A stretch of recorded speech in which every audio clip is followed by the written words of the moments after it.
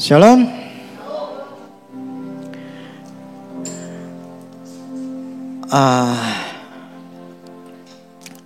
Begini, hari ini saya ingin bicara masalah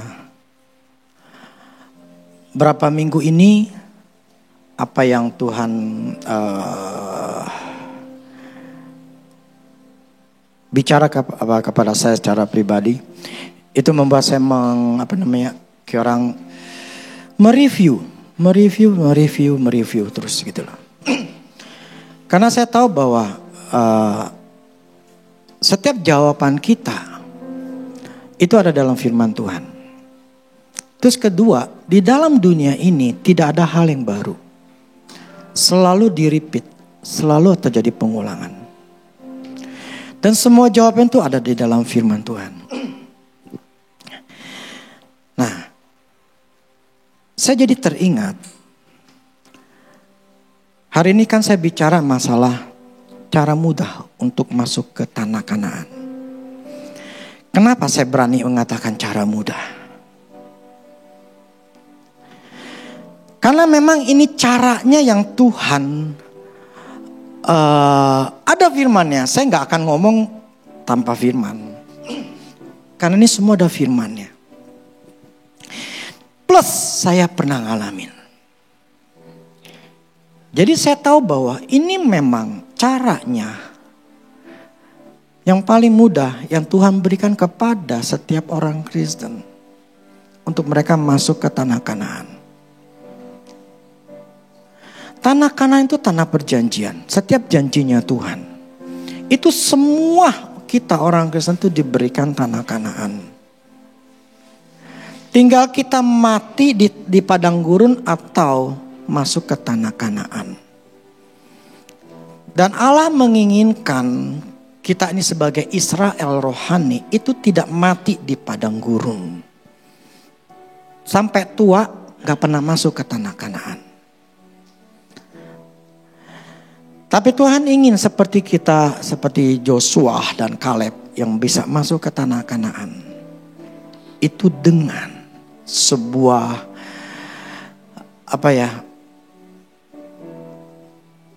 satu sukacita yang Tuhan ingin berikan kepada kita supaya kita ini bisa masuk tanah Kanaan. Nah, begini, saya jadi terinspirasi. Biasanya ketika saya ada waktu-waktu tertentu, itu saya sama istri saya itu berdoa. Tapi saya gak berdoa dalam arti kita gandengan tangan. Kemudian kita berdoa Tuhan. Istilahnya minta sesuatu sama Tuhan. Enggak. Saya sangat jarang sekali berdoa berdua sama istri saya. Bahkan boleh dikatakan sama keluarga, istilah kasar mesbah keluarga. Saya gak lakuin. Loh. Bukan mesbah keluarga atau doa dengan suami istri itu gak penting. Penting. Tapi bagi saya, yang paling penting adalah firman Tuhan. Percuma mesbah keluarga, tapi suami istri atau mereka berdoa sekalipun, tapi hidupnya gak benar. Percaya saya pernah ada satu orang, dia ngelakuin mesbah keluarga, tetap aja selingkuh, tetap aja akhirnya cerai. Kalau kita tidak hidup di dalam firman, itu semua sebagai agamawi. Tetapi kalau kita melakukannya untuk firman, untuk Allah, teruskan lakukan. Tapi saya tidak berpikir saya tidak melakukan itu karena kebenaran firman Tuhan yang saya selalu cari. Nah, ada hal tertentu seperti kayak di hari-hari tertentu maksud saya. Ketika saya ulang tahun, ketika istri saya ulang tahun, ketika Mahanaim ulang tahun, ketika kita ulang tahun perkawinan. Nah, saya biasa sama istri saya. Kita berdoa. Ya, hal-hal yang tertentu, hari-hari tertentu saja. Nah, pada saat itu saya biasa bilang, saya tidak meminta sama Tuhan. Karena saya tahu Tuhan sudah sediain. Yang saya maksud gini, saya ulang tahun nih. Tuhan pasti udah sediain saya tuh namanya hadiah. Istri saya ulang tahun nih, dia pasti udah sediain hadiah. Mana yang ulang tahun, dia pasti memberikan sebuah hadiah. Berkawinan kita ulang tahun, dia pasti udah sediain hadiah. Jadi saya tuh nggak meminta, tetapi karena saya tahu dia udah sediain. Nangkap ya? Karena firman yang berkata Efesus 1:3, jadi saya mempercayai itu. Jadi saya tidak meminta, cuma saya tahu Allah sudah nyediain. Nah, waktu kita berdua, nah saya minta dia masuk alam roh. Di Mahanaim tim ini kita cuma hanya 3 orang yang bisa melihat dunia roh. Istri saya, adik ipar saya atau adik istri saya, dan satu lagi keponakan saya si Beran. Adik ipar saya si Agus Utama.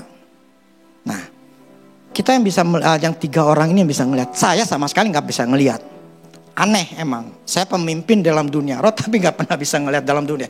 Sekalipun dalam hidup saya untuk ngelihat setan atau ngelihat sesuatu, nggak pernah. Dari kecil sampai sekarang detik ini. Jadi Tuhan ingin saya bergantung kepada hati. Nah, biasa dalam detik ketika saya ketika ya hari-hari tertentu itu saya minta Tuhan, istri saya untuk masuk ke alam roh. Tujuannya apa sih? Saya pengen tahu sih apa sih yang Tuhan kasih gitu loh. Perlu gak kayak begini di dunia alam roh untuk kalian? Gak perlu. Ini sebuah pelajaran buat saya. Dunia roh itu cuma tools, alat. Tapi bukan nomor 1.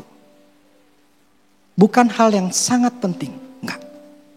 Cuma ini sebagai istilah kasarnya itu tambahan. Buat saya untuk mengetahui sesuatu. Sehingga saya dapat pelajaran ini. Karena saya pernah mengalami ini, saya tuh gak tahu dunia roh tapi saya dapat ngalamin gitu tanpa dunia roh. Nah, saya ingin istri saya, jadi pada waktu dia tuh mendengar suara Tuhan. Nah, kan nanti supaya dia yang ngomongin, karena kenapa? Karena dia yang dengar suara Tuhan, bukan secara audible, tapi di hati. Jadi waktu di alam roh itu Tuhan Yesus nyada. Setiap kali kita ulang tahun, selalu ada Tuhan Yesus. Jadi Tuhan Yesus itu bukan sosok yang susah, kagak. Jadi melihat Tuhan Yesus itu sesuatu yang lumrah. Gitu loh. 2 minggu lalu waktu istri saya lagi worship, dia pun melihat Tuhan Yesus datang. Gitu loh. Memang kelebihan kalau dalam dunia roh hanya bisa melihat. Kita bisa melihat setan, kita bisa melihat malaikat, kita bisa melihat Tuhan, bisa melihat Allah Bapa pun, malaikat-malaikatnya itu pun bisa dilihat. Tapi sekali lagi itu cuma hanya tools, tetapi nomor 1 firman. Saya selalu menekankan firman. Itu cuma alat. Nggak apa-apa kok, nggak ada masalah. Nah, cuman saya ingin untuk saya meneruskan khotbah saya, tujuan saya ini adalah supaya ini apa yang si Tuhan ngomong. Dan ini sebetulnya untuk kita semua, bahkan orang-orang yang saat ini dengar di YouTube. Nah, yang saya butuhkan begini. Tuhan mau ngomong. Semua sambil dengarkan musik ini, saya kasih jeda beberapa detik. Resapin lagu melodi ini. Kemudian kita tutup mata. Persiapkan hati. Tuhan ngomong. Dan ketika Tuhan ngomong, hati kita seperti apa? Ketegorkah? Atau apalah? Nah, supaya saya bisa menerusin apa yang saya maksud, bagaimana cara mudah masuk ke tanah Kanaan. Karena akibat kata-kata. Jadi ketika istri saya ngomongin apa yang Tuhan ngomong, jadi Tuhan Yesus ada, dia ngomongin apa yang adanya, kemudian saya rekam pakai handphone. Nah, kemudian saya ketik. Nah, jadi sekarang gini, saya minta istri saya coba. Dia akan ngomong dulu sedikit latar belakangnya. Nanti kan saya kasih waktu untuk kita tutup mata untuk perhatian.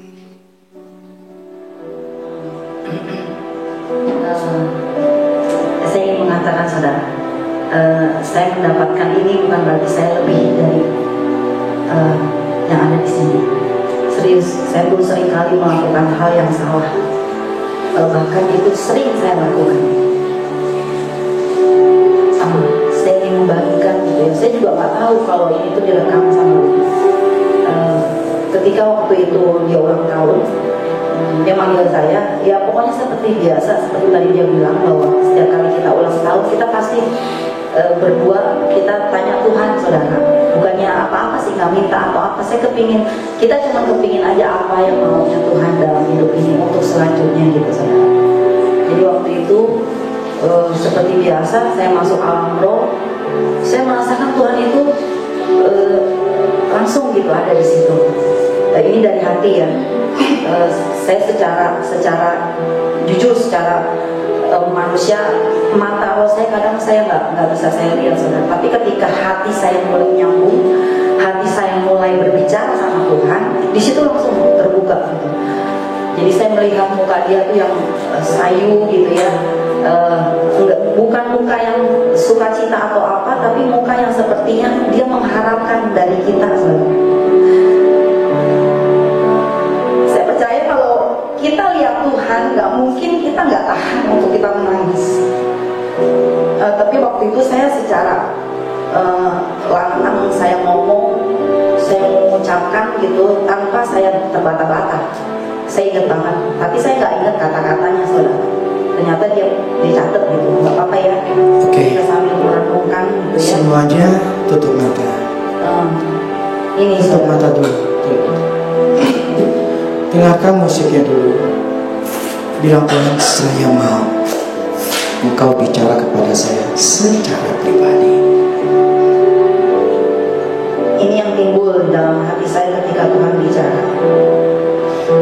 Kenapa engkau harus takut? Kenapa engkau bimbang hati?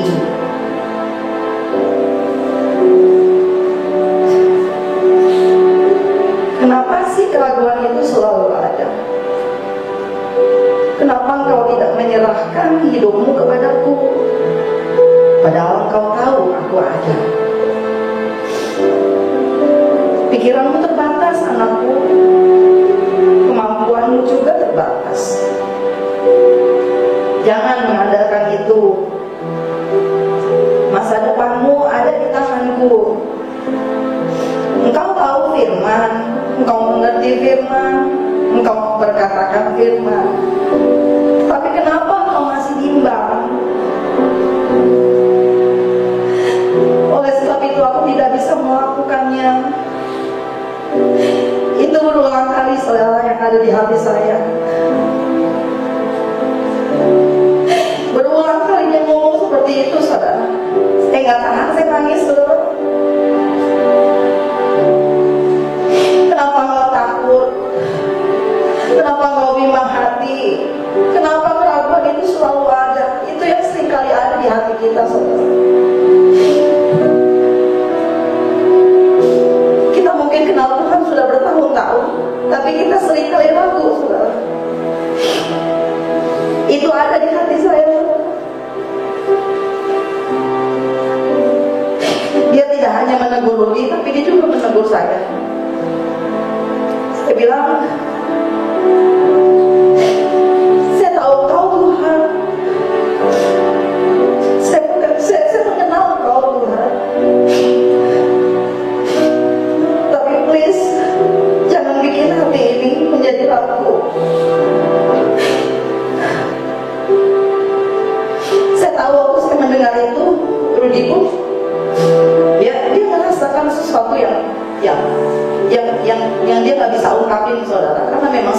dia, saudara. Saya tahu dia ada masalah, saya tahu. Karena memang secara naluri saya tahu pasti dia ada masalah, saudara. Dan dia mikirin anak-anak, dia mikirin biaya hidup untuk ke depan, saudara. Pas terakhir selesai, dia ngomongin semua itu, saudara. Dia bilang, gue memang ragu, gue memang takut.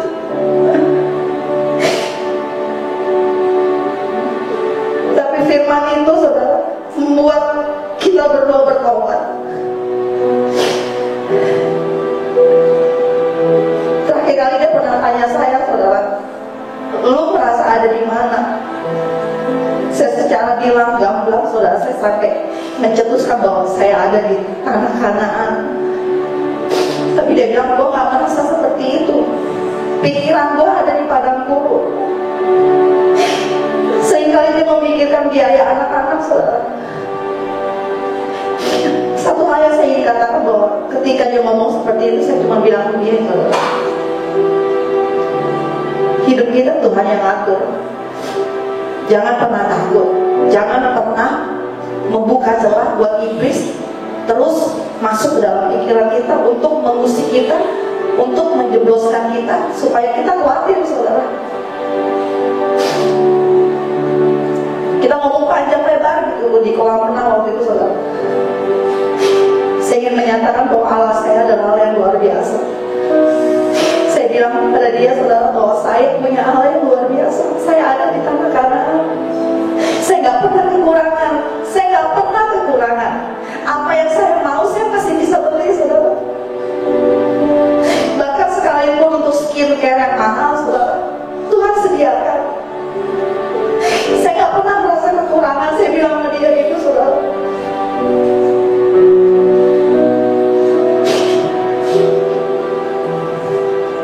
Saya percaya firman ini bukan untuk kita, tapi untuk kita semua yang ada di sini. Mungkin seringkali kita ragu, saudara. Kita belum dijawab doa kita, saudara. Biarlah kita menyatakan hari ini bahwa kita punya Tuhan yang luar biasa. Kita punya masa depan. Kita punya pengharapan. Kita hidup bersama dengan Tuhan.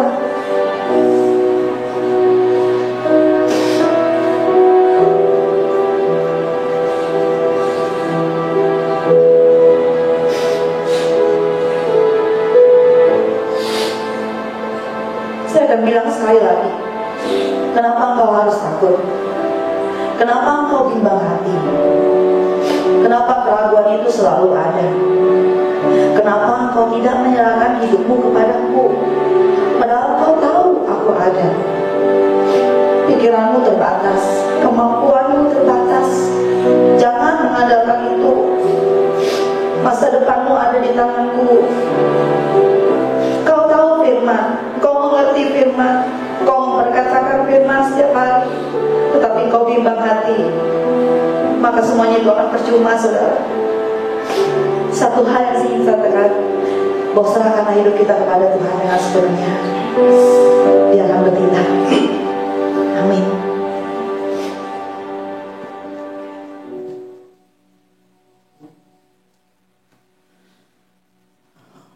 Oke.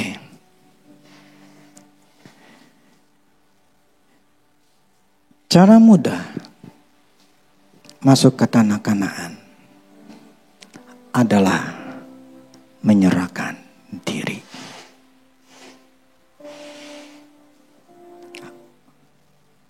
Nah, harus ada firman-nya.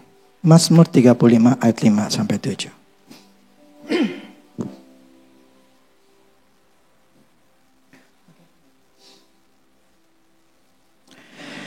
Mazmur 37 ayat 5 sampai 7. Serahkanlah hidupmu kepada Tuhan dan percayalah kepadanya, dan Ia akan bertindak. Ia akan memunculkan kebenaranmu seperti terang dan hakmu seperti siang. Berdiam dirilah di hadapan Tuhan dan nantikanlah Dia. Janganlah marah karena orang yang berhasil dalam hidupnya, karena orang yang melakukan tipu daya. Oke. Di sini firman katakan, serahkan dirimu kepada Tuhan dan percaya kepadanya dan ia akan bertindak.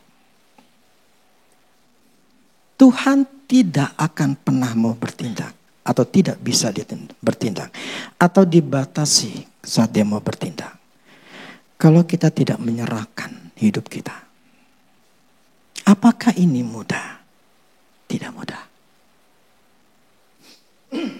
Akibatnya perkataan yang tadi itu membuat saya mereview ulang apa yang saya alami.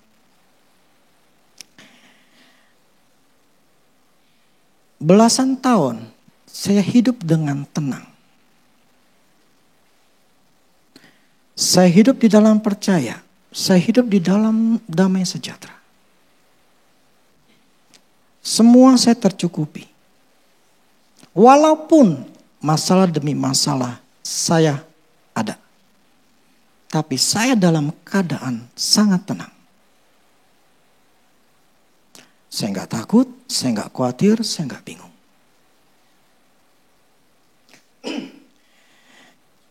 Jadi kemudian itu membuat Tuhan ingetin saya. Di tahun 2006, ketika pertama kali Tuhan ngomong sama saya lupa, pokoknya sekitar awal sampai pertengahan 2006 itu. Tuhan bertanya sama saya ketika saya nggak bisa tidur, kurang lebih jam 11-an saya nggak bisa tidur, atau jam 12 gitu ya. Di situ saya merasa bahwa akhirnya waktu itu saya masih di rumah cici saya dikasih pinjam karena saya nggak punya rumah. Saya ngontrakan udah habis, nggak punya duit, dikasih pinjam di rumah itu di Alfa. Nah saat itulah Tuhan bicara dalam hati saya untuk saya cerahkan hidup saya untuk Tuhan. Saya udah hamba Tuhan loh, gereja Mahanem tahun 2003. Ini 2006, kenapa Tuhan ngomong serahin hidup saya, untuk saya menyerahkan hidupnya. Nah pada waktu itu, saya ingat sekali ketika Tuhan ngomong itu, saya ada di ruang tamu. Saya ngomong sama Tuhan, kalau saya nyerahin hidup saya sama Tuhan. Saya ngomong begini, Tuhan, waktu anak saya, si Marvel ini, lahiran, engkau ada di mana? Ketika saya butuh ini, butuh itu, saya nggak punya uang. Saya ingat waktu itu si Mikael waktu sekolah, nggak bisa bayar uang 200.000 untuk uang sekolah. Saya bertanya, Tuhan di situ engkau di mana? Sekarang engkau suruh menyerahkan aku hidupku untuk serahin kepada engkau. Gimana bisa? Jadi aneh ya, udah hamba Tuhan tapi ditanyain seperti itu. Nah akhirnya ya saya gak mau nyerahin sama hidup saya sama Tuhan. Akhirnya saya tidur, akhirnya bisa tidur. Ya, besok paginya Tuhan bertanya lagi, Roh Kudus bertanya lagi. Apa keputusanmu Rudi? Ya saya ngomongin lagi gitu loh. Gimana Tuhan saya bisa nyerahin kalau saya gak bisa melihat kau ada di situ?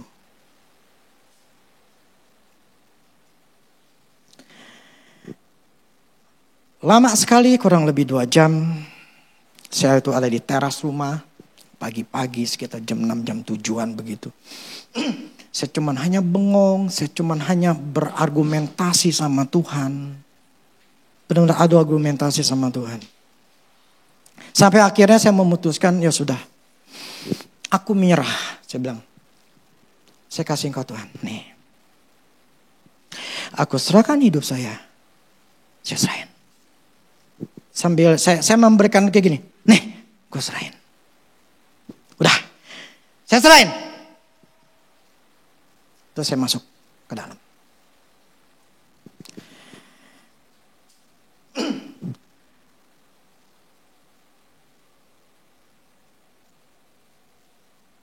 arti kata menyerahkan, ini kan serahkan hidupmu kepada Tuhan.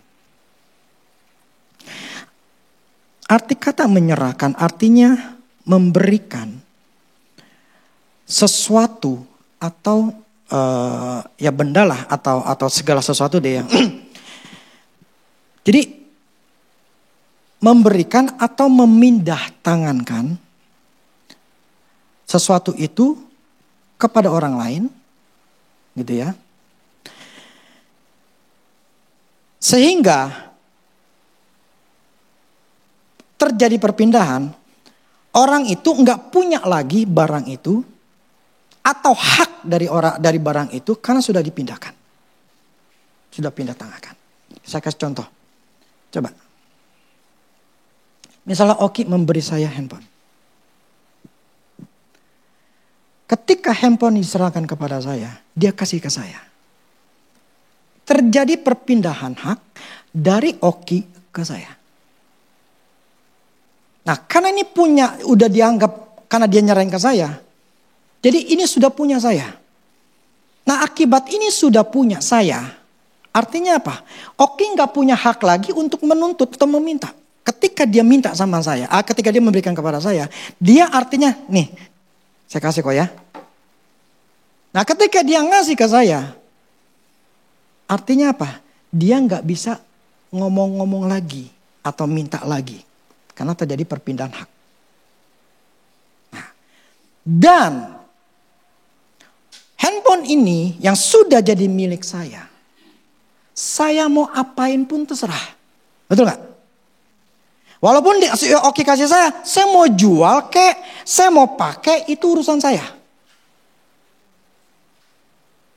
Nangkap ya? Nah, makanya kita peralihan hak itu ada seperti itu.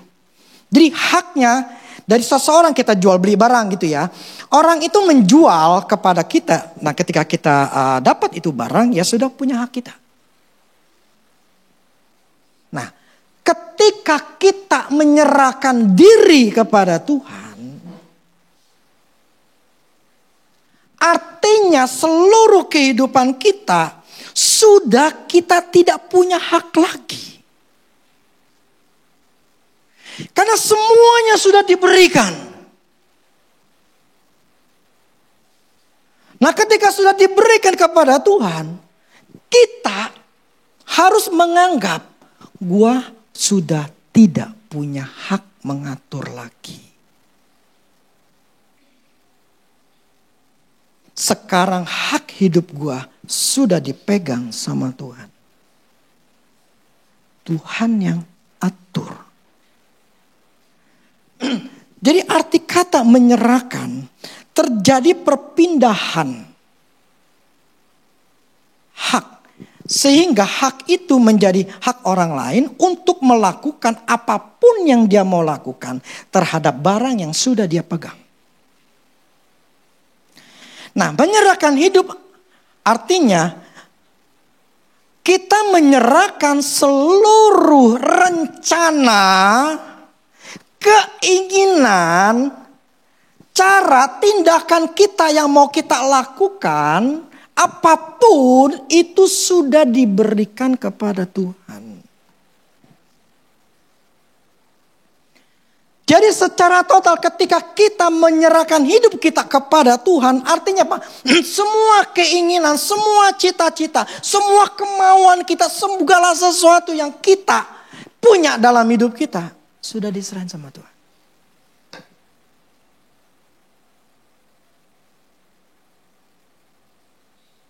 Selama ini belum diserahin sama Tuhan, kita akan berusaha untuk mengatur hidup kita.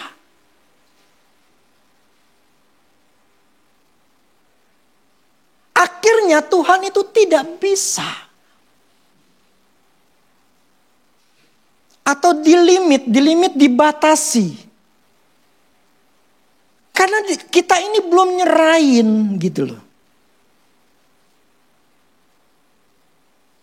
Kita belum rela menyerahkan seluruh hidup kita kepada Tuhan untuk Tuhan yang ngatur. Sehingga kita berusaha memikirkan, memecahkan masalah kita sendiri. Sehingga kita berusaha mengatasi setiap problem yang kita hadapi, yang sedang kita kekurangan, kita sedang belum punya ini, belum punya itu. Itu kita berusaha mengatasi caranya gimana. Itulah yang membuat kita stres, membuat kita takut.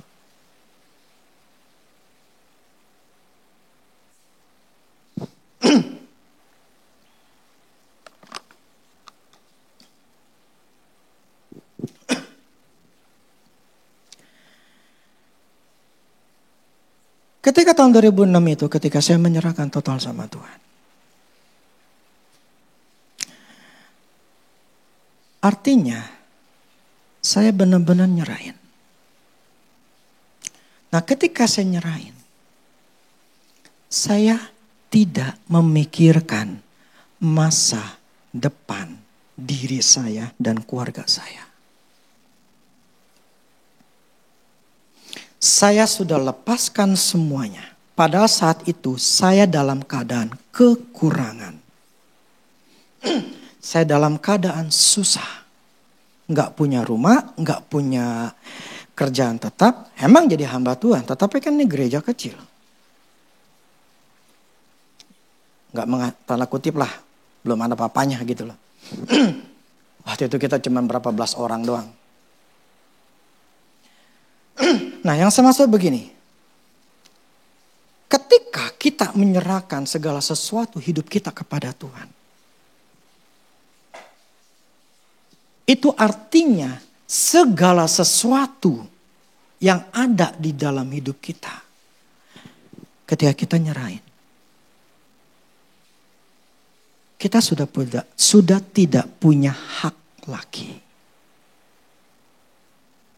Inilah yang paling sulit.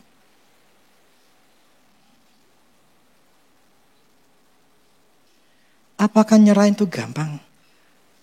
Kagak. Udah Tuhan aku serahin. Sebegitu gampangnya? Kagak. Kalau hati kita enggak pedih, kalau hati kita enggak merasa, apa namanya ya? Ada tarik ulur, ada sesuatu yang jiwa kita itu akan menolak. Masa gua ngasih, ntar gimana? Pikiran daging kita akan selalu menolak untuk kita memberikan kepada Tuhan. Kalau kita belum pernah, gini loh. Hari ini saya bicara masalah menyerahkan hidup kepada Tuhan. Ini tergantung. Jadi ada dua hal. Orang yang saat ini, apakah sudah pernah nyerahin hidup? Nah kalau sudah pernah nyerahin hidup, ya gue gak butuh ini lagi gitu loh. Karena gue udah pernah. Yang kedua, gue gak perlu lah, gue udah diberkati. Bagi gue gak perlu, gak ada masalah. Yang ketiga, gue butuh. Karena gue belum serahin. Sebab begini. Selama kita megang hidup kita. Tuhan tidak bisa membawa kita ke tanah Kanaan. Kenapa? Ketika kita menyerahkan sama Tuhan. Tuhan akan menggiring kita, menuntun kita di jalan yang akan menuju ke tanah Kanaan. Tetapi kalau saat ini kita tidak nyerahin, kita berarti mengandalkan diri kita sendiri untuk bisa menentukan jalan hidup kita sendiri.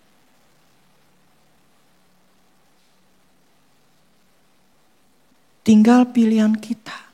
Kita mau tetap seperti ini atau kita mau nyerahin hidup sama Tuhan. Ini tidak mudah. Jiwa kita, pikiran kita, emosi kita pasti berontak. Tadi seperti saya katakan. Malam Tuhan bangunin, saya gak bisa tidur, Tuhan ngomong kayak begitu. Berapa jam saya lupa, cuma yang saya ingatnya paginya. Itu pun apakah saya langsung ngasih Tuhan? Kagak, 2 jaman saya. Karena jiwa saya memberontak karena melihat fakta. Kedagingan saya itu memberontak karena ngeliat fakta. Jadi nanti kita akan ada. Kemarin saya katakan praktek. Nanti di akhir kebaktian, di akhir saya khotbah. Saya kasih waktu. Kalau ada di sini yang bisa menyerahkan hidupnya ke Tuhan.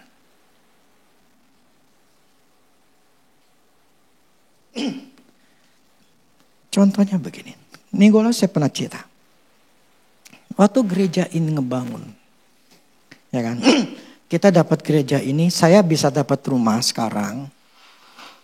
Karena saya nabur rumah ya.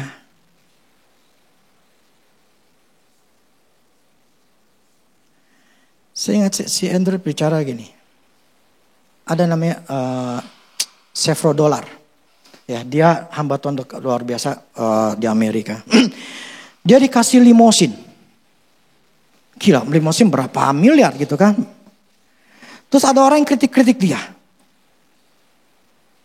Masa pendeta begitu baru dikasih limosin, bla bla. Akhirnya, wah dia bilang gak enak nih, gue jual aja deh. Nah, ketika dijual, Tuhan negor dia. Kenapa lu jual?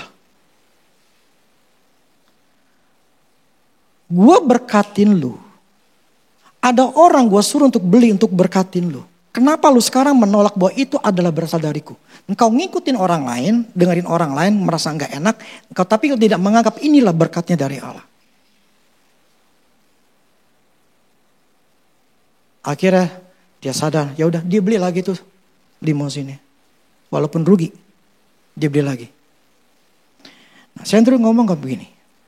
Dia menabur, beliin mobil orang. Itu ada ratusan mobil katanya. Lumrah kalau dia dapat limosin. Saya Andrew dia cerita.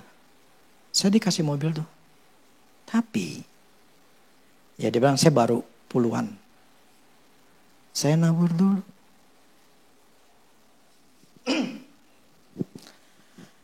Nah, yang saya katakan begini. Ketika kita memberikan sesuatu kepada Allah. Saya nggak boleh melenceng. Yang saya maksud tengah lebar kemana-mana. Saya balik lagi dah. Ketika saya menyerahkan hidup saya pada waktu itu. Dengan jiwa yang harus dirobek. Dengan sakit. Sakit maksudnya ya daging tuh sakit. Ketika saya melepaskan itu semua. Disitulah Tuhan baru ambil alih. Sejak itu di tahun 2006. Saya tidak pernah kekurangan. Sampai tahun 2023. Tanggal berapa nih? Tanggal 12 Maret 2023. Saya tidak pernah kekurangan sedikit pun.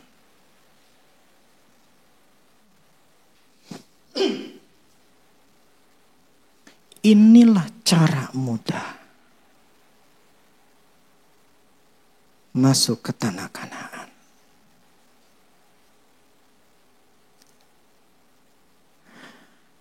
Tahun 2006, saya katakan tadi belasan tahun. Saya dalam keadaan percaya, dalam keadaan tenang, dalam keadaan damai sejahtera. Walaupun ada masalah, saya gak peduli, saya gak pikirin. Saya tuh percaya, saya tuh 100%.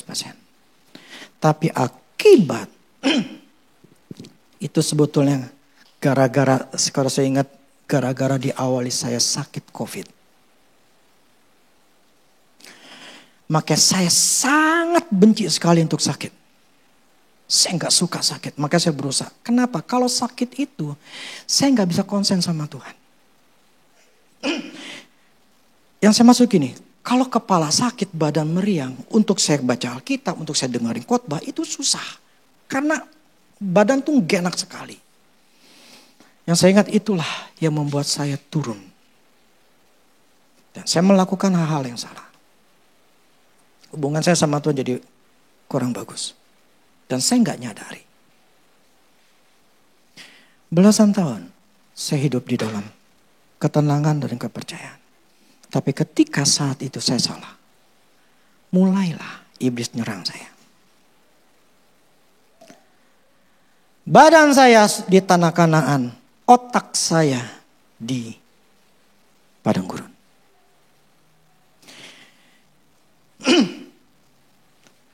Kenapa engkau harus takut? Kenapa engkau bimbang hati? Kenapa keraguan itu selalu ada? Kenapa engkau tidak menyerahkan hidupmu kepadaku? Padahal engkau tahu aku ada. Siapa sih orang Kristen yang gak tahu Tuhan Yesus ada? Siapa sih orang Kristen yang gak percaya sama Tuhan Yesus ada? Semua orang Kristen tahu dan percaya Tuhan Yesus ada. Betul gak?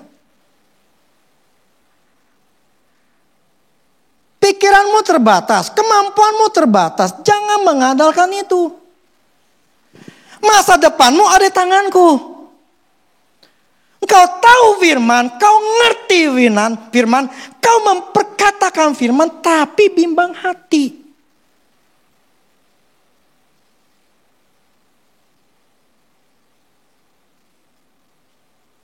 Dan Tuhan katakan, aku tidak bisa melakukannya.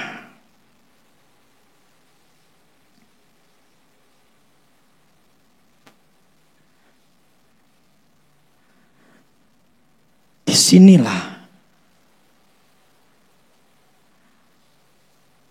kita bisa memperkatakan firman Tuhan, tapi selama bimbang hati, jadi seolah-olah percuma. Walaupun gak percuma. Tapi yang dimaksud di sini Tuhan katakan, kenapa engkau tidak menyerahkan hidupmu kepadaku?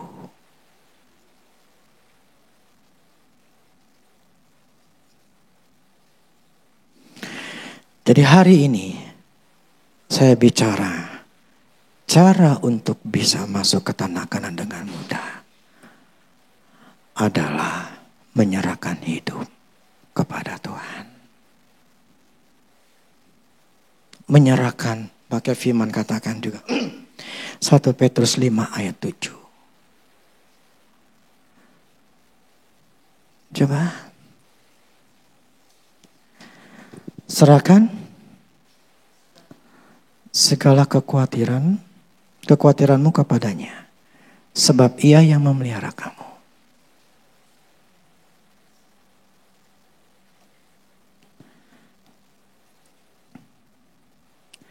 Coba balik lagi. Coba deh, Mazmur 37, tapi yang BIM Kak.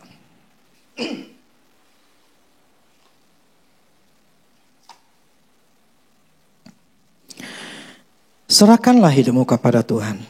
Berharaplah kepadanya, Ia akan menolongmu. Ia akan menyatakan kesetiaanmu seperti terang dan ketulusanmu seperti siang. Nantikanlah Tuhan dengan hati yang tenang. Tunggulah dengan sabar sampai Ia bertindak. Yang saya ingin katakan begini. Firman ini katakan, yang pertama serahkan hidupmu. Yang kedua percaya kepadanya. Yang ketiga, kalau di Indonesia itu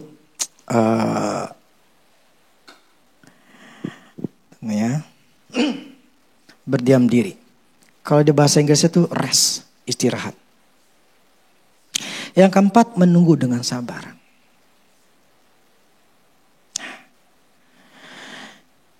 Jadi ada 4 tahap dalam hidup ini kalau kita pengen masuk ke tanah Kanaan dengan mudah. Percaya sama saya. Saya ngalamin. Jadi kemarin saya mereview ulang. Akhirnya saya jadi ketemu ini. Yang harus saya lakukan adalah menyerahkan hidup lagi.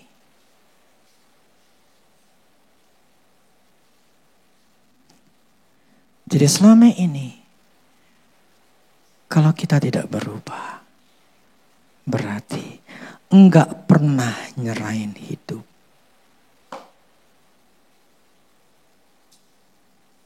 Itu aja. Tidak 100% nyerahin hidup.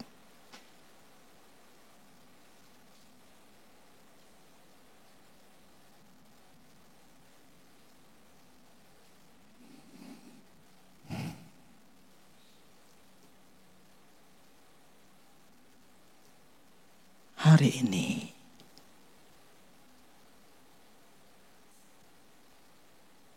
dikasih waktu, serahin hidup.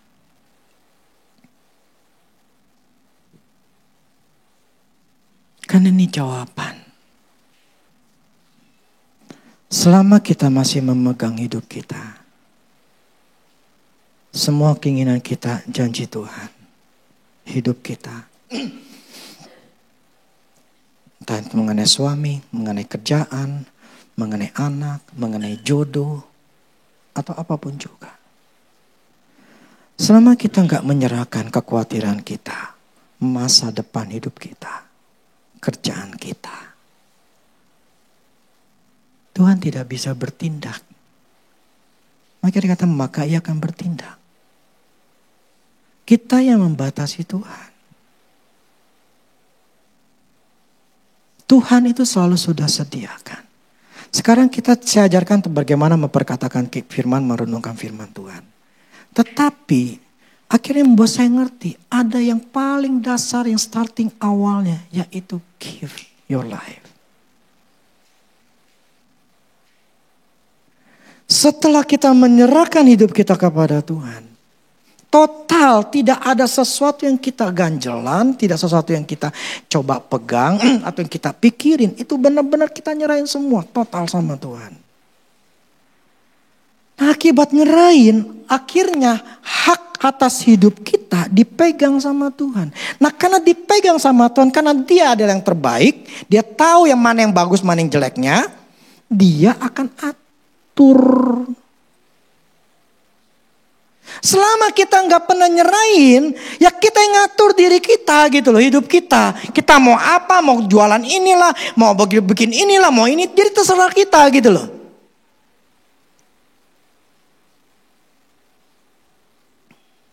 Ini saya akan bicara minggu depan bagaimana di tanah kanan itu seperti apa. Setelah masuk tanah kanan, di tanah kanan itu seperti apa. Semuanya ada dasar ayatnya. Jadi seandainya kalau kita saat ini hari nggak masuk di tanah kanan, saya bingung dah. Gimana caranya lagi? Karena memang ini caranya.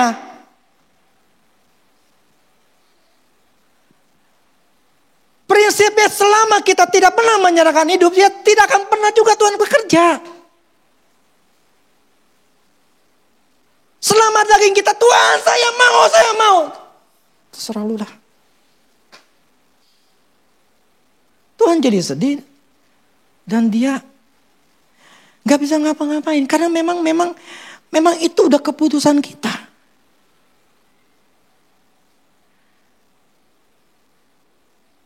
Saran saya,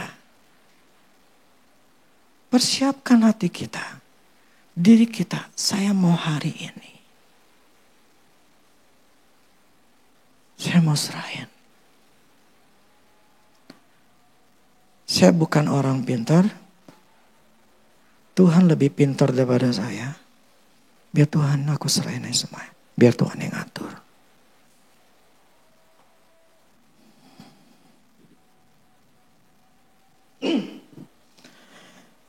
Setelah penyerahan, yang namanya diserahkan itu berarti total lepas. Tidak ada yang dipegang, dipikirin. Karena sudah bukan milik sendiri, tapi milik Tuhan.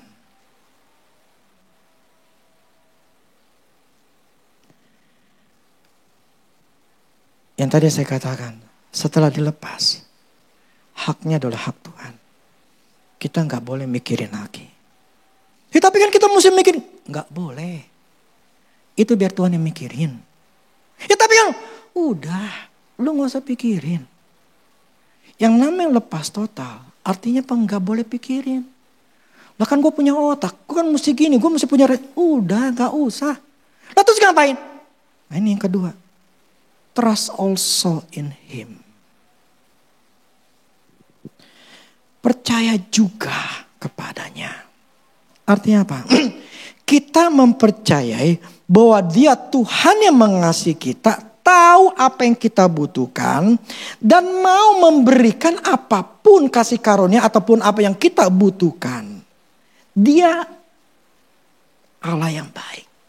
Kita mempercayai bahwa Tuhan itu baik, dia akan ngatur.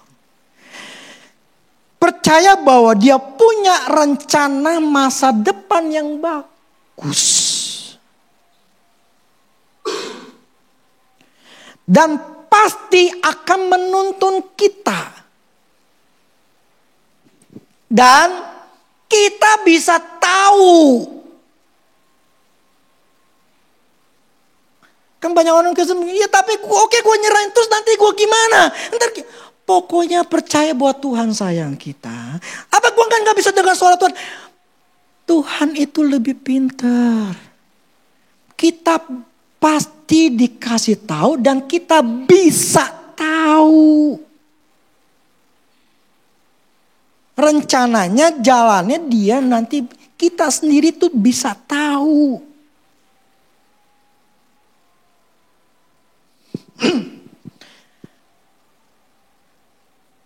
Kita bisa tahu tuntunan Tuhan untuk kita mampu masuk ke dalam rencananya. Penyerahan seluruh rencana ini membutuhkan kepercayaan penuh kepada Tuhan. Jadi kita harus benar-benar total menyerahin sama Tuhan. Artinya tidak mikirin lagi apa yang harus dilakukan. Tidak bertanya-tanya lagi. Enggak takut, enggak khawatir. Tetapi memberikan sepenuhnya untuk Tuhan yang atur.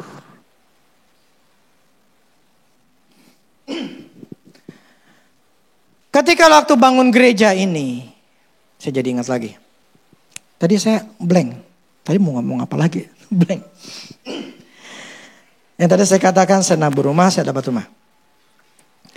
Ketika ini gereja dibentuk, kita beli. Kemudian Tuhan suruh untuk renov. Nah ketika renov saya bilang gak ada duit. Waktu itu duit mungkin baru, ya namanya baru bayar duit cuma jutaan lah. Gak puluhan juta ya, gak belasan juta gitu loh. Tuhan suruh bilang bangun. Nah waktu bangun ya sudah, saya tinggal nyari tukang. Nah ketika tukang ada, saya cuma ngomong gini sama Tuhan. Tuhan pokoknya karena bagian daripada saya cuma hanya dunia fisik, artinya saya yang ngatur tukang, beli barang. Tetapi dunia roh artinya apa? Saya gak punya duit. Saya gak punya duit, jadi saya tidak akan minta-minta sama orang kaya. Saya tidak mau kasih tahu mereka, saya tidak mau infokan, saya tidak mau minta. Pokoknya bagian duit urusan kau Tuhan. Saya gak punya kemampuan, lowong sakere kok. Saya gak punya kemampuan, engkau yang ngatur. Tahu gak? Kemudian, ini Tuhan apa namanya? Jangan berpikir ketika kita nyerahin ke Tuhan, itu jadi bebannya Tuhan.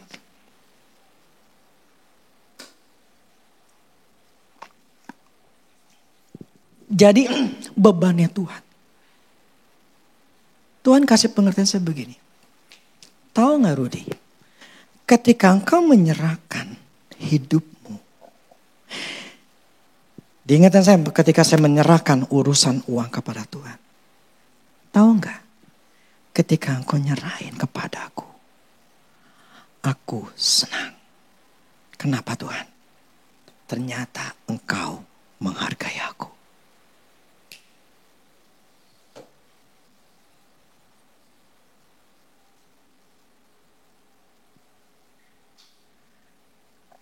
Ketika kita menyerahin hidup kita ke Tuhan. Kita tuh menghargai Tuhan. Tuhan senang. Akhirnya lu hargain gua. Ternyata lu tahu gue bisa dipercaya. Aduh, gue senang. Gue senang banget. Oke. Karena lu ngasih ke gue yang ngatur. Gue kasih yang bagus. Lu gak mungkin susah lagi. Gak mungkin. Lu mau beli apa? Lu beli. Lu mau pergi kemana? Gue kasih. Gue kasih. Lu hargai gue. Lu percaya sama gue. Gue kasih. Man.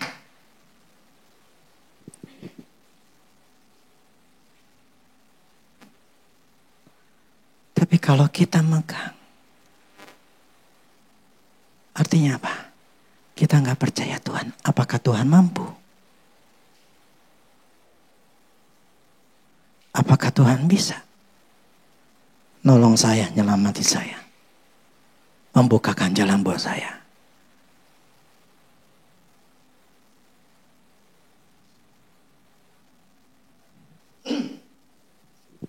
Daging kita akan memberontak. Percaya sama saya. Tinggal kita ngikutin daging atau memberikan kepada Tuhan.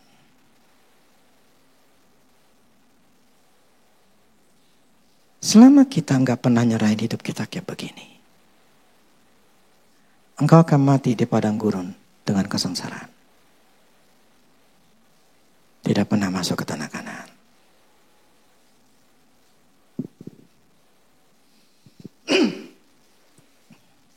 Yang ketiga,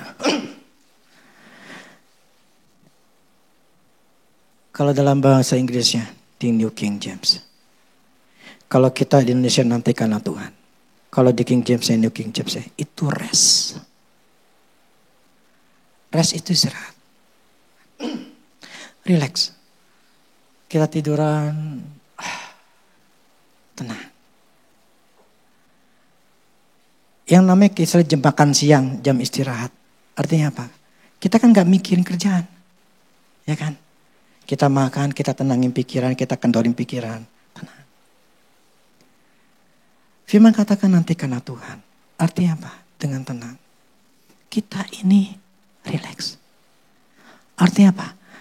Tidak ada stres, tidak ada namanya kepikiran, tidak ada sesuatu yang pertanyaan demi pertanyaan, tidak ada namanya kusut di kepala. Kebingungan, kekhawatiran itu enggak ada. Yang namanya rest.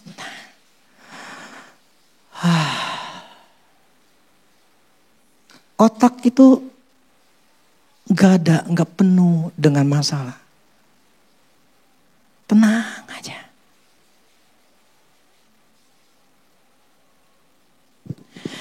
Rest artinya beristirahat, artinya berhenti sebentar untuk melepaskan lelah. Nih kalau jam istirahat gitu ya. Istirahat artinya rileks, tidak ada ketegangan, kekhawatiran, kebingungan, hanya santai, tidak mempunyai beban yang lagi dipikirin. Aduh mikirin nih anak gimana nih, aduh mikirin kerjaan ini gimana nih, ini mikirin suami ini gimana, ini nggak ada lagi. Total lepas, tidak ada ganjalan. Nantikanlah Tuhan dengan tenang. Ini bukti kalau kita sudah memberikannya, menyerahkan hidup kita total. Ketika tahun 2006 itu saya memberikan secara total sama Tuhan. Lepas total kepada Tuhan.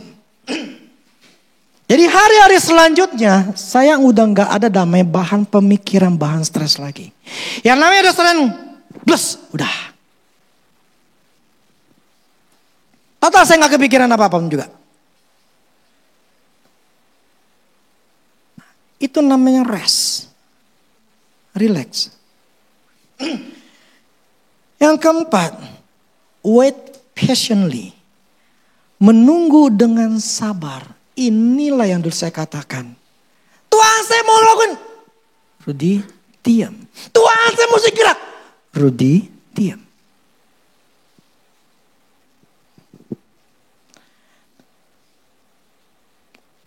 Kita ini manusia, apalagi saya laki-laki.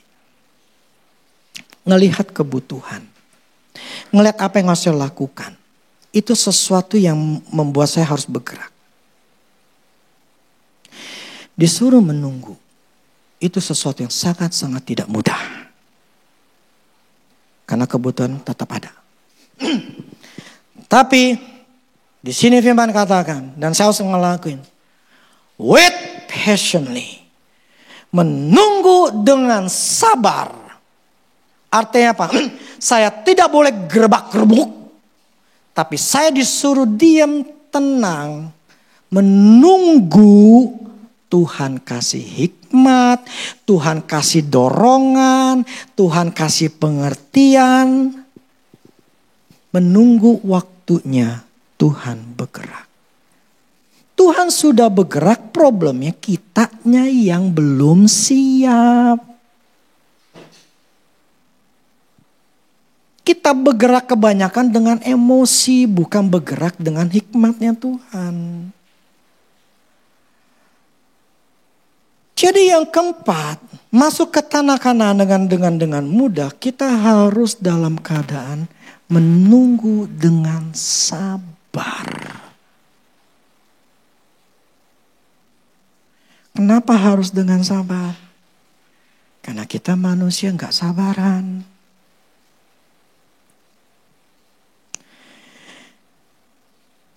Menunggu dengan sabar sampai ia bertindak. Artinya selama masa penantian kita sedang menunggu Tuhan berbicara. Memberikan hikmat atau memberikan sebuah cara atau jalan untuk kita bertindak. Untuk itu dibutuhkan hati dalam keadaan tenang, tidak emosi. Karena merasa gak ngelakuin apa-apa, masa gue mesti diam aja. Tidak terburu-buru ambil keputusan karena keadaan. Tapi bisa mengontrol untuk diri kita, untuk tidak gegabah. Hanya akan bergerak ketika ada dorongan damai sejahtera dalam diri kita. Sehingga kita dengan pasti tahu ini kehendak Allah. Jadi sikap kita selama menunggu adalah percaya. Bukan takut, bukan merasa tidak mampu, takut kekurangan, bingung, tapi kita harus punya sikap. Tuhan pasti tolong. Tuhan pasti bukain jalan. Tuhan pasti kasih tahu saya. Dia mampu. Akhirnya kita akan merasa punya keyakinan bahwa Allah mencukupi. Kita tenang, kita bersuka cita. Punya rasa aman di dalam Tuhan. Terus terang ya, gara-gara COVID itu saya jadi gak aman. Tapi saya sadar, saya bertobat. Hidup di dalam tanah Kanaan itu menyenangkan. Bukan nyusahin. Bahkan di tanah Kanaan sekalipun. Saya gak, sedikit aja dah. Itu saya pengen khotbah minggu depan. Di tanah Kanaan sekalipun. Tidak ada namanya kerja keras. Nah lu. Males dong. Kagak. Tidak ada yang namanya kerja keras. Nah lu. Ya terserah mau percaya atau gak percaya. Saya lebih percaya sama firman Tuhan. Saya gak mau kerja keras. Loh. Saya mau kerja. Ya. Jadi gini. Firman Allah katakan gini. Tuhanlah yang menjadikan engkau kaya. Terus sambungannya apa? Jeripayamu tidak ditambahkan. Lah terus gimana? Masa sih kita nggak jerih Pak, kita nggak boleh kerja keras. Kerja keras mengandalkan diri sendiri. Kerja yang dari Tuhan, Tuhan yang bukain jalan.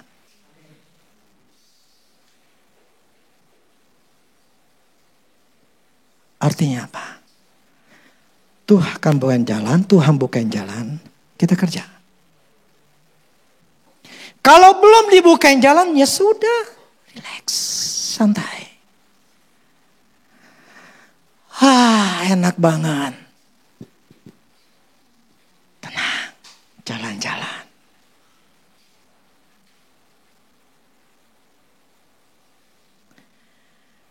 Hidup itu harus dinikmati dengan kekuatan Tuhan.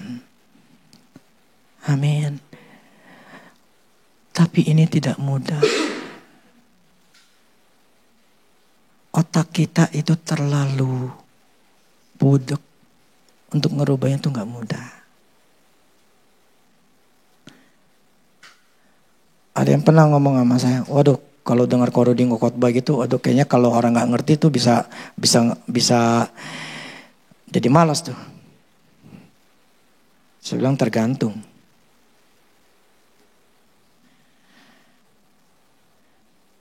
Saya nikmatin hidup saya.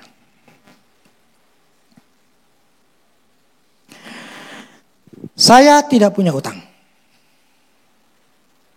Ya ada kartu kredit lah biasa gitu mah. Kan biasa kalau gesek-gesek daripada pakai duit cash pakai kartu kredit. Paling cuma berapa juta. Tapi hidup saya nggak punya utang. Saya bisa nikmatin hidup ini. Ya anak saya bisa kuliah. Sekarang Marve mau kuliah, saya udah ngomong sama dia. Tuhan akan cukupi. Tuhan sudah sediakan. So. Tapi prinsipnya saya tidak mau. Ketika saya sudah nyerahin sama Tuhan. Saya harus mikirin lagi. Ini Marve kuliahnya gimana. Ini duitnya bagaimana. Entar nanti dia gimana. Gua gak pikirin. Itu urusan Tuhan. Lawang saya sudah nyerahin kok hidup saya sama Tuhan. Nanti biayanya Tuhan aja yang sediain.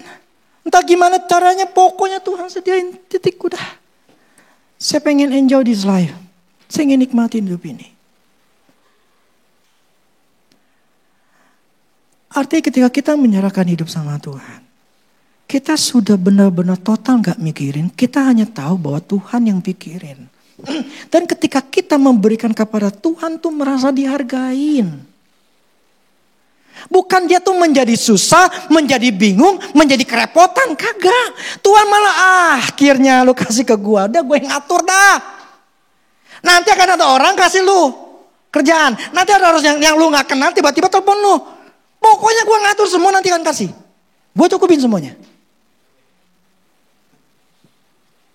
Tapi kalau sudah dipegang sama Tuhan. Karena dipegang sama Tuhan, dia yang megang, dia ngatur. Tapi kalau kita yang pegang, ya kita yang ngatur. Beda.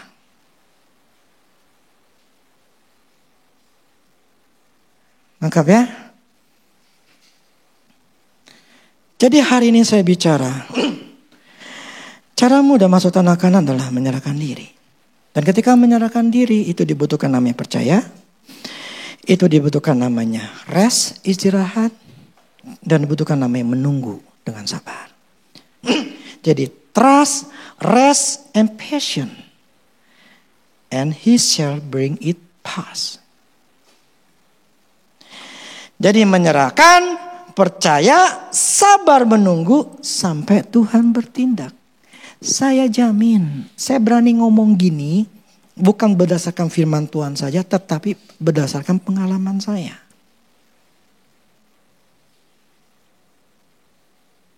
Ketika saya ngelakuin, itu berhasil.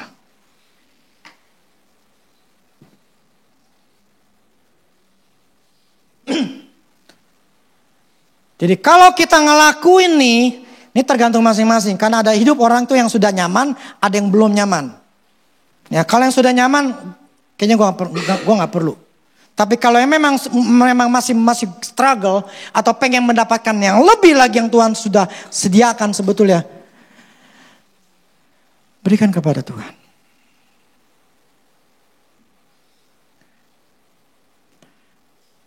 Kalau saya enggak diberkatin, saya enggak mungkin bisa bangun rumah mertua saya. Kalau saya enggak ada duit. Dan puji Tuhan, Tuhan kasih hikmat ke saya. Mertua saya ribut, bocor, terus banyak rayap. Saya suruh tuh tukang saya untuk ganjel sana sinilah atapnya. Makin lama makin parah. Terus udah meleot. Waduh, saya bilang mateng. So tadi pikirin udah ngontrak aja deh. Terus mikir lagi, ngontrak tuh sejual, duit gede. Terus tadi itu pengen, udahlah kita rombak semuanya. Maksudnya atapnya bongkar, bikin atap baru lah. Duit saya perkirakan bisa 50-75 juta. Dan gak mungkin dalam waktu, gak mungkin cuma segitu. Pasti ada plus-plusnya dah. Itu bisa 100 juta. Saya mikir lagi. Terus kan ke anak-anaknya, dah masing-masing 5 juta, atau 10 juta. Nyusahin ke anak, gitu kan. Terus saya mikir, ya Tuhan kasih hikmat. Udah, belah dua aja. Satu bangun, satu jual. Itu namanya hikmat. Ya udah, saya bilang mama saya, mertua saya. Udah mah tinggal sini. Tadi mau nyewa. Saya bilang udah di sini aja. Kalau nyewa kan bisa sekitar 15 juta, 20 juta. Bahkan data nggak ada gitu loh. Mahal. Akhirnya dibawakan. Nah setelah itu bangun. Nah ketika bangun, selesai saja. Jadi bagus. Tinggal sebelah jual. Dalam waktu kurang lebih berapa lama Maya? Sebulan 2 bulan ya? Enggak lah, sekitar 2-3, saya lupa berapa bulan ya. Akhirnya laku.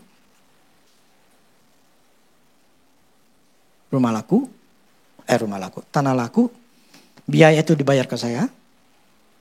Terus plus apa? Bisa pertama dapat rumah baru, kedua anak-anak yang lain punya warisan. Dapat warisan. Memang gak diberikan sekarang. Tapi yang saya maksud itulah. Kalau Tuhan ingin kasih tahu. Buka jalan buat kita. Itu bisa aja. Amin. Jadi gak usah kepikiran. Gimana ya ntar Tuhan ini gimana saya harus ngelakuin. Gak perlu. Tenang aja, percaya aja, nunggu waktunya. Nih Tuhan kasih hikmat pada kita. Kita ada dorongan untuk ngelakuin. Tapi itu tidak terjadi kalau kita belum di tahap awalnya nyerahin hidup.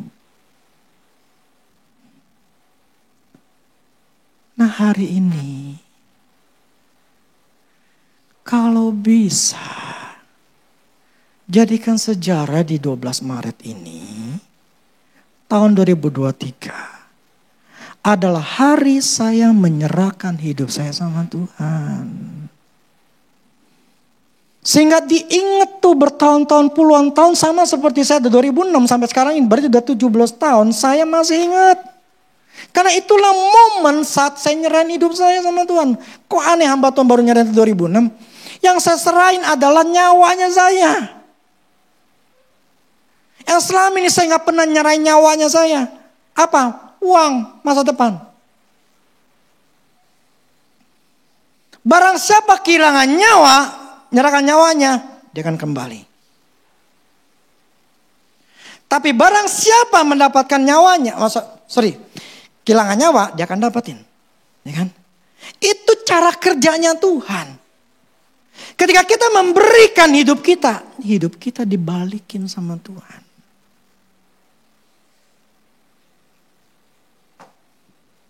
Give, it will be given unto you.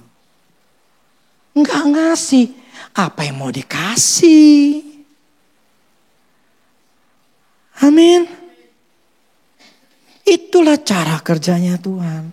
Jadi hari ini kita akan penyembahan.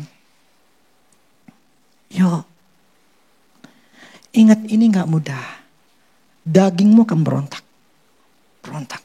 Maka saya akan bisa makan waktu mungkin 15 menit atau 30 menit. Sampai kamu bisa menundukkan daging ini. Tunduk kemudian nyerahin. Ingat nyerahin bukan begini. Tuhan saya serahin udah. Kagak. Enggak begitu. Saya ngalamin 2 kali. Ya setengah mati. Saya katakan setengah mati. Saya tahu firman loh. Saya ngerti firman. Saya menghafal firman. Bukan menghafal. Saya merenungkan firman Tuhan. Tapi saya masih punya daging yang harus dilawan. Terus memang saya belum level seperti Andrew Wommack. Tapi paling tidak saya sudah bertobat. Dan saya sudah ngalamin. Saya sudah masuk tanah Kanaan.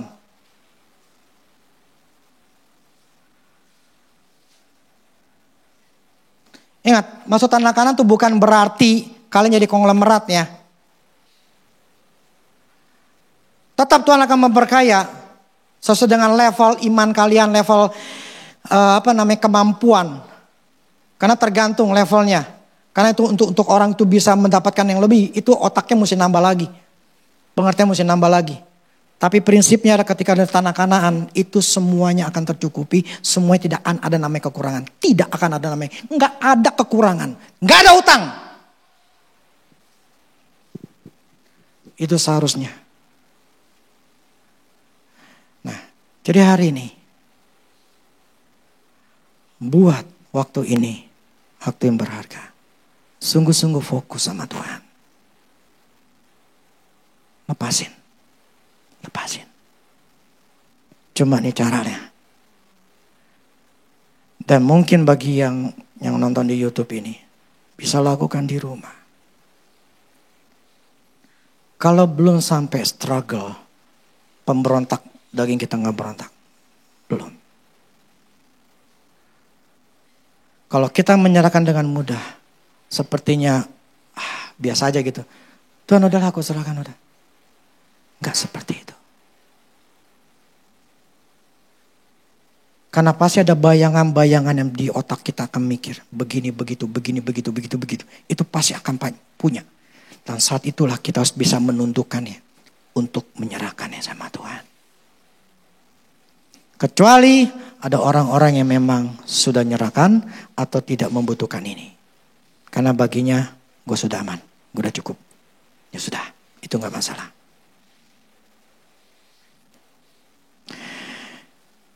Oke, saya cuma minta si Marvel aja.